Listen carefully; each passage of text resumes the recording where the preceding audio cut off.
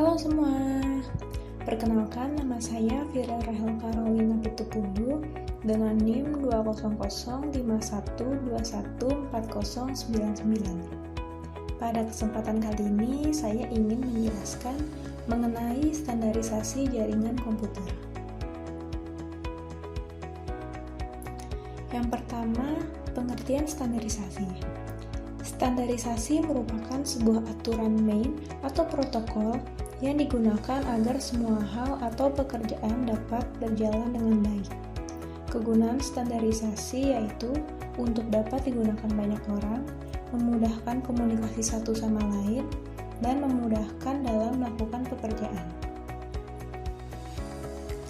Secara singkat, pengertian dari OSI layer adalah model referensi yang dikembangkan untuk menciptakan sebuah kerangka yang bersifat konseptual.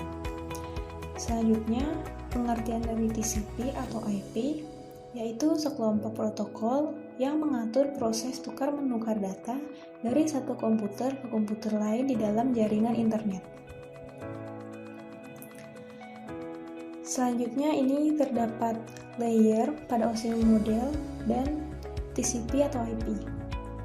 Yang pertama, layer pada OSI model mulai dari layer yang paling atas yaitu application layer, kemudian presentation layer, session layer, transport layer, network layer, data link layer, dan yang terakhir physical layer. Selanjutnya layer pada TCP atau IP model yang paling atas adalah application layer, kemudian transport layer, internet layer, dan yang terakhir network access layer.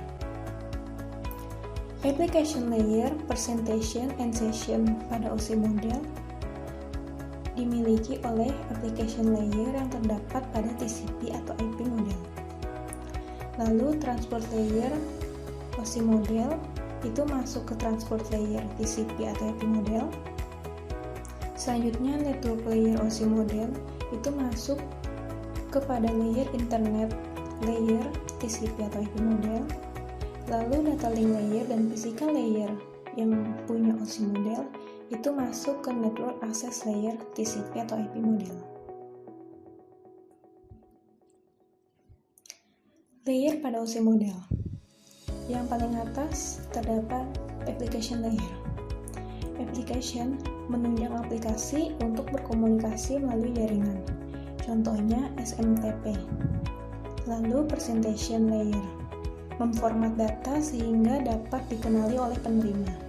Contohnya JPG, GIF, HTTPS, SSL, TLS. Lalu session layer, membentuk koneksi kemudian memutuskan ketika seluruh data telah dikirim. Contohnya NetBIOS, PPTP. Lalu transport layer, mengatur flowchart, acknowledgement, dan mengirim ulang data jika diperlukan. Contohnya TCP dan UDP. Lalu network layer menambahkan alamat jaringan pada paket. Contohnya router dan layer 3 switch. Lalu data link layer menambahkan MAC address pada paket. Contohnya switch.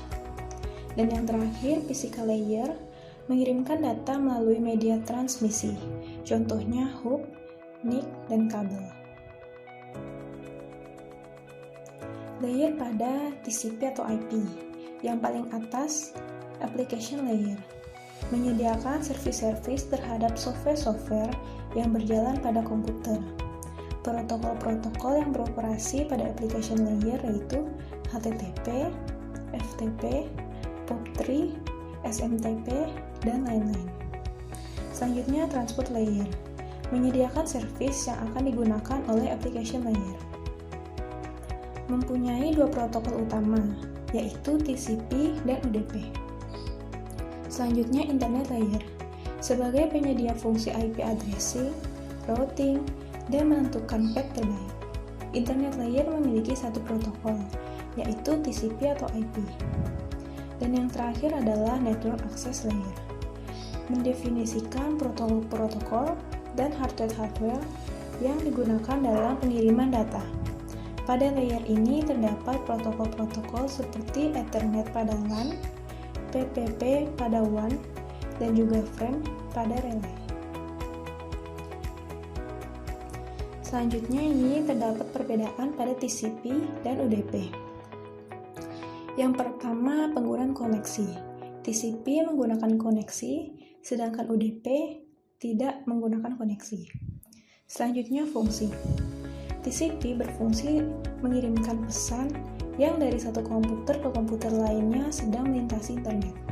Sedangkan UDP tidak hanya mengirimkan pesan saja, tetapi dapat meneruskan paket yang dikirimkan ke pihak lain sehingga tidak hanya berhenti di satu tempat. Lalu jenis aplikasi.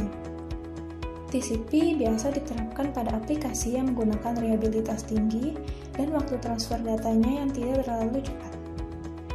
UDP memerlukan transfer data sangat cepat, tapi UDP yang nirsesi hanya mampu menjawab pertanyaan ringan dari klien. Keseringan penggunaan. TCP sering digunakan untuk penjelajahan web, sedangkan UDP dia berbasis ramah. Lalu proses pengiriman data. TCP mengatur ulang semua paket data, sedangkan UDP tidak mengatur ulang. Kecepatan transfer, TCP lebih lambat, sedangkan UDP lebih cepat. Hal kendala, TCP menjamin data yang ditransfer sampai dengan utuh, sedangkan UDP tidak menjamin. Untuk ukuran, TCP 20 byte, sedangkan UDP 8 byte. Bobot memiliki beban yang sangat berat untuk TCP, dan untuk UDP memiliki beban yang ringan. Selanjutnya, bagaimana sih cara TCP bekerja? Cara kerja TCP untuk mengirim data.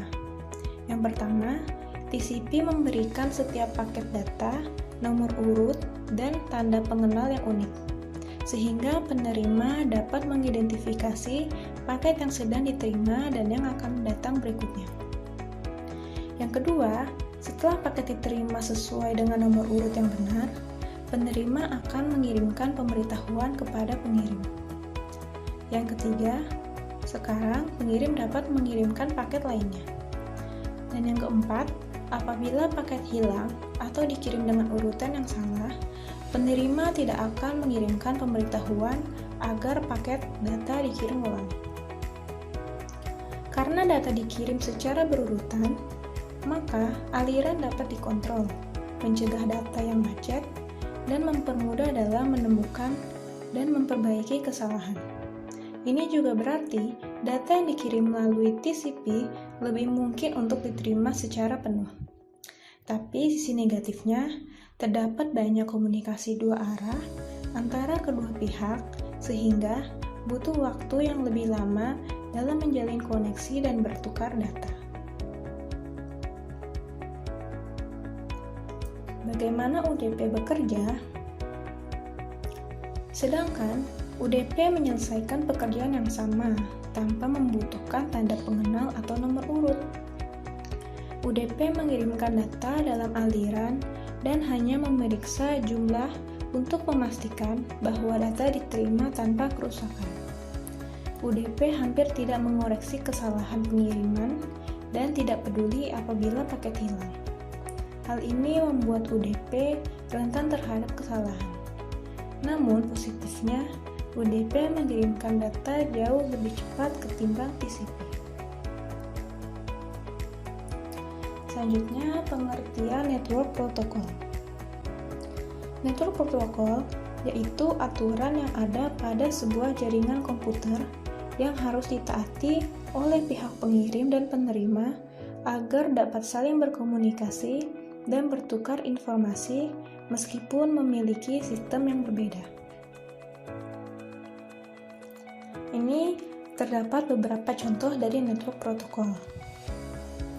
Ada Serial Line Internet Protocol atau SLIP, lalu Simple Mail Transfer Protocol atau SMTP, Hypertext Transfer Protocol atau HTTP, Telecommunication Network atau Telnet, File Transfer Protocol atau FTP, Lightweight Directory Access Protocol atau LDAP, Secure Socket Layer atau SSL, Simple Network Monitoring Protocol SNMPN, Secure Shell SSH, Post Office Protocol version 3 atau POP3, Internet Message Access Protocol atau IMAP, Internet Control Message Protocol atau ICMP, Point-to-Point Protocol, Domain Name System atau DNS, dan